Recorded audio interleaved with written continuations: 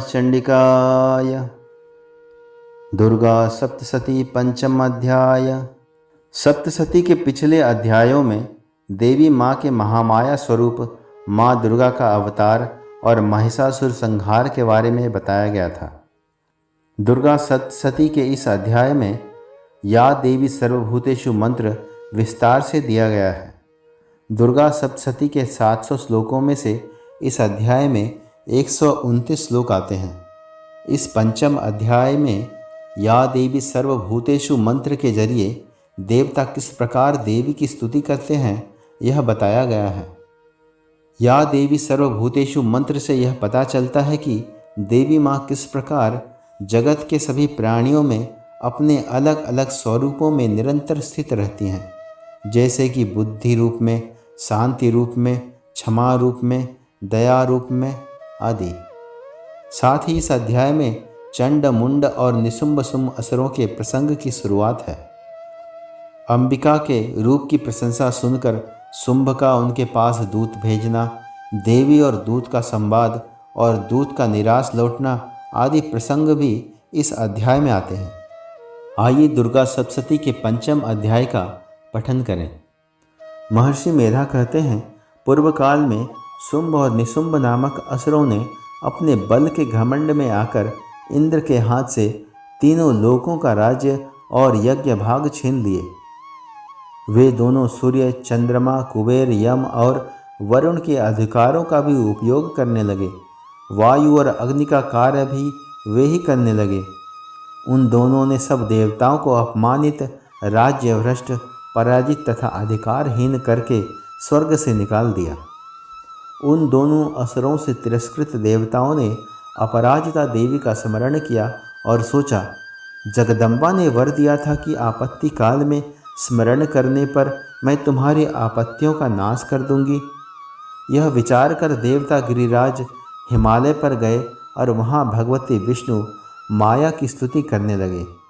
देवता बोले, देवी को नमस्कार है, महादेवी शिवा को सर्वदा नमस्कार है, प्रकृति एवं भद्रा को प्रणाम है।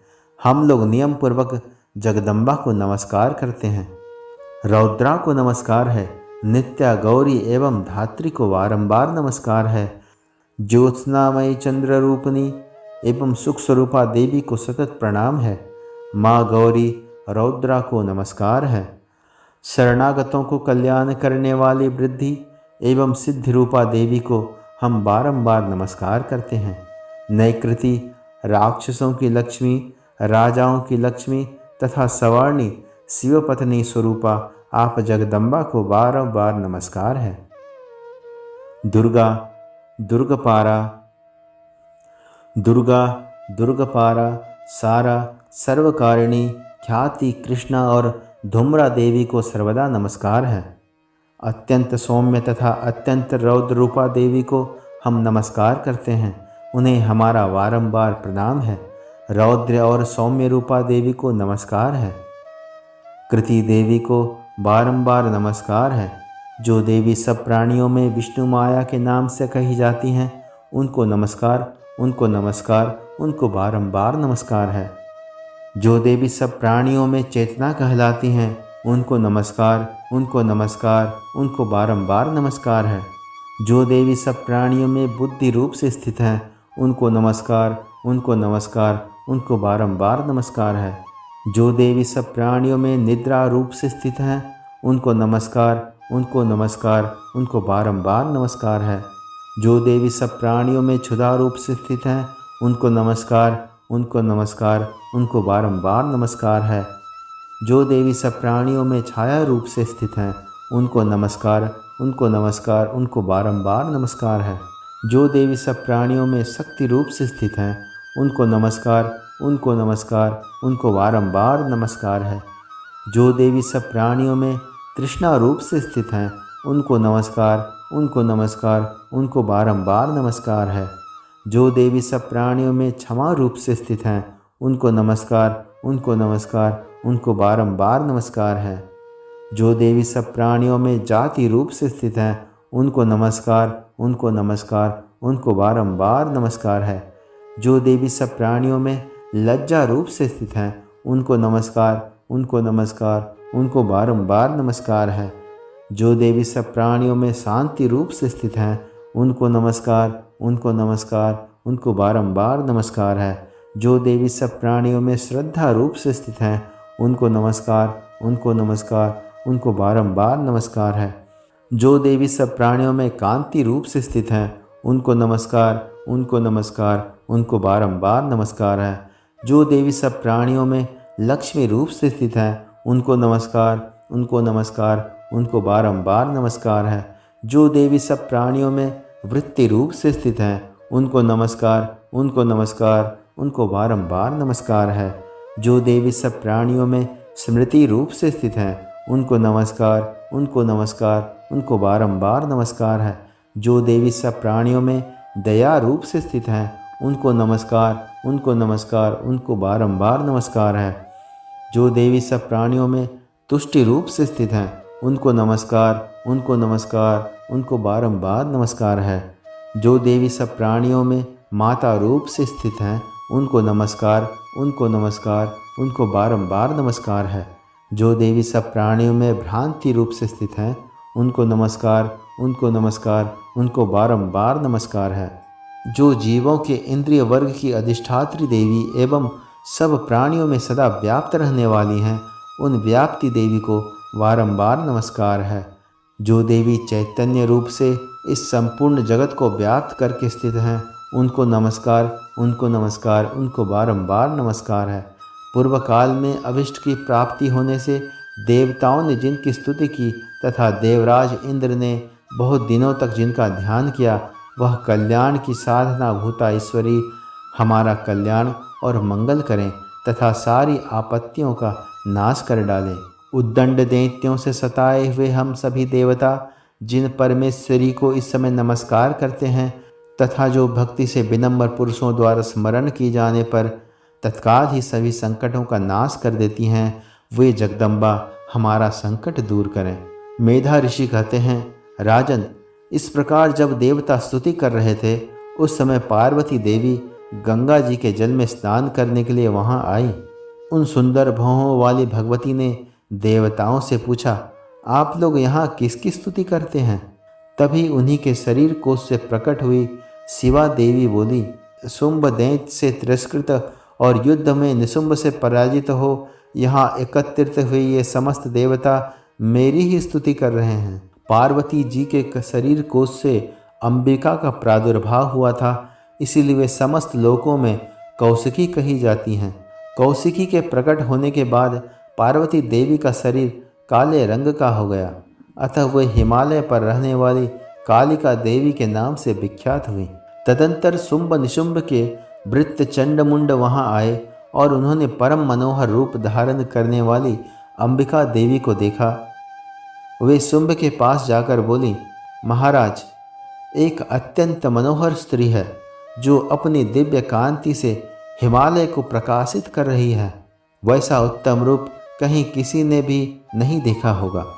असुरेश्वर, पता लगाइए वह देवी कौन है और उसे ले लीजिए। स्त्रियों में तो वह रत्न है, उसका प्रत्येक अंग बहुत ही सुंदर तथा वह अपनी प्रभा से संपूर्ण दिशाओं में प्रकाश फैला रही है। दैत्यराज, अभी वह हिमालय पर ही मौजूद है, आप उसे देख सकते हैं। हे प्रभु, तीनों लोकों में मणि, हाथी और घोड़े आदि जितने भी रत्न हैं, वे सब इस समय आपके चरणों में शोभा पाते हैं। हाथियों में रत्नभूत ऐरावत, यह पारिजात का वृक्ष और यह उच्च श्रेवा घोड़ा, यह सब आपने इंद्र से ले लिया है। हंसों से जुता हुआ यह विमान भी आपके आंगन में शोभा पाता है। यह रत्नभूत अद्भुत विमान जो पहले ब्रह्मा जी के पास था, अब आपके यहाँ लाया गया है। यह महापद्म नामक निधि आप कुबेर से छीन लाए हैं। समुद्र ने भी आपको किंजलकनी नाम की माला भेंट की है, जो केसरों से सुशोभित है और जिसके कमल कभी कुम्हलाते नहीं हैं। सुवर्ण की वर्षा करने वाला वरुण का छत्र भी आपके घर में शोभा पाता है तथा यह श्रेष्ठ रथ जो पहले प्रजापति के अधिकार में था, वह आपके पास मौजूद है। दैत्येश्वर, मृत्यु की उत्क्रांतिदा नामक शक्ति भी आपने छीन ली है। वरुण का पास और समुद्र में होने वाले सब प्रकार के रत्न आपके भाई निशुंभ के अधिकार में हैं। अग्नि ने भी स्वतः शुद्ध किए हुए 2 वस्त्र आपकी सेवा में समर्पित किए हैं। हे दैत्यराज, इस प्रकार सभी रत्न आपने एकत्र कर लिए हैं। फिर जो यह स्त्रियों में रत्न रूप कल्याणमयी देवी हैं, इसे आप क्यों नहीं अपने अधिकार में कर लेते? मेधा ऋषि कहते हैं, चंड मुंड का यह वचन सुनकर शुंभ ने महादैत्य सुग्रीव को दूत बनाकर देवी के पास भेजा और कहा, तुम मेरी ये बातें कहना और ऐसा उपाय करना जिससे प्रसन्न होकर वह शीघ्र ही यहाँ आ जाए। वह दूत पर्वत के रमणीय प्रदेश में जहाँ देवी मौजूद थीं वहाँ गया और मधुर वाणी में कोमल वचन बोला। दूत बोला, देवी, दैत्यराज शुंभ इस समय तीनों लोकों के परमेश्वर हैं। मैं उन्हीं का भेजा दूत हूँ और यहाँ तुम्हारे पास आया हूँ। उनकी आज्ञा सदा सब देवता एक स्वर से मानते हैं, कोई उसका उल्लंघन नहीं कर सकता। वे संपूर्ण देवताओं को परास्त कर चुके हैं। उन्होंने तुम्हारे लिए जो संदेश दिया है उसे सुनो। संपूर्ण त्रिलोकी मेरे अधिकार में है। देवता भी मेरी आज्ञा के अधीन चलते हैं। सभी यज्ञों के भागों को मैं ही पृथक पृथक भोगता हूँ। तीनों लोकों में जितने श्रेष्ठ रत्न हैं वे सब मेरे अधिकार में हैं। देवराज इंद्र का वाहन ऐरावत, जो हाथियों में रत्न के समान है, मैंने छीन लिया है। क्षीर सागर का मंथन करने से जो अश्वरत्न उच्च श्रवा प्रकट हुआ था, उसे देवताओं ने मेरे पैरों पर पड़कर समर्पित किया है। सुंदरी, उनके सिवा और भी जितने रत्नभूत पदार्थ देवताओं, गंधर्वों और नागों के पास थे, वे सब मेरे ही पास आ गए हैं। देवी, हम लोग तुम्हें संसार की स्त्रियों में रत्न मानते हैं, अतः तुम हमारे पास आ जाओ, क्योंकि रत्नों का उपभोग करने वाले हम ही हैं। चंचल कटाक्षों वाली सुंदरी, तुम मेरी या मेरे भाई महापराक्रमी निशुंभ की सेवा में आ जाओ, क्योंकि तुम रत्न स्वरूपा हो। मेरा वर्ण करने से तुम्हें तुलना रहित महान ऐश्वर्य की प्राप्ति होगी। अपनी बुद्धि से यह विचार कर तुम मेरी पत्नी बन जाओ। मेधा ऋषि कहते हैं, दूत के यों कहने पर कल्याणमयी भगवती दुर्गा देवी, जो इस जगत को धारण करती हैं, मन ही मन गंभीर भाव से मुस्कुराई और इस प्रकार बोली। देवी ने कहा, दूत, तुमने सत्य कहा है, इसमें तनिक भी मिथ्या नहीं है। शुंभ तीनों लोकों का स्वामी है और निशुंभ भी उसी के समान पराक्रमी है, किंतु इस विषय में मैंने जो प्रतिज्ञा कर ली है उसे मिथ्या कैसे करूं? मैंने अपने अल्प बुद्धि के कारण पहले से जो प्रतिज्ञा कर रखी है उसे सुनो। जो मुझे संग्राम में जीत लेगा, जो मेरे अभिमान को चूर कर देगा तथा संसार में जो मेरे समान बलवान होगा, वही मेरा स्वामी होगा। इसलिए शुंभ अथवा निशुंभ स्वयं ही यहाँ पधारें और मुझे जीतकर मेरा पाणी ग्रहण कर लें। इसमें विलंब की क्या आवश्यकता है? इसमें विलंब की क्या आवश्यकता? दूत बोला, देवी, तुम घमंड में भरी मेरे सामने ऐसी बातें ना करो। तीनों लोकों में कौन ऐसा पुरुष है जो शुंभ निशुंभ के सामने खड़ा हो सके? देवी, अन्य दैत्यों के सामने भी सारे देवता युद्ध में नहीं ठहर सकते, फिर तुम अकेली स्त्री होकर कैसे ठहर सकती हो? जिन शुंभ आदि दैत्यों के सामने इंद्र आदि सब देवता भी युद्ध खड़े जिन शुंभ आदि दैत्यों के सामने इंद्र आदि सब देवता भी युद्ध में खड़े नहीं हुए, उनके सामने तुम स्त्री होकर कैसे जाओगी? इसलिए तुम मेरे ही कहने से शुंभ निशुंभ के पास चलो। ऐसा करने से तुम्हारे गौरव की रक्षा होगी, अन्यथा जब वे केस पकड़कर घसीटेंगे तब तुम्हें अपनी प्रतिष्ठा खोकर जाना पड़ेगा। देवी ने कहा, तुम्हारा कहना ठीक है। शुंभ बलवान है, निशुंभ भी पराक्रमी है, किंतु मैंने पहले ही प्रतिज्ञा कर ली है, अतः अब तुम जाओ। मैंने तुमसे जो कहा वह सब अपने स्वामी से कहना, वे जो उचित जान पड़े करें।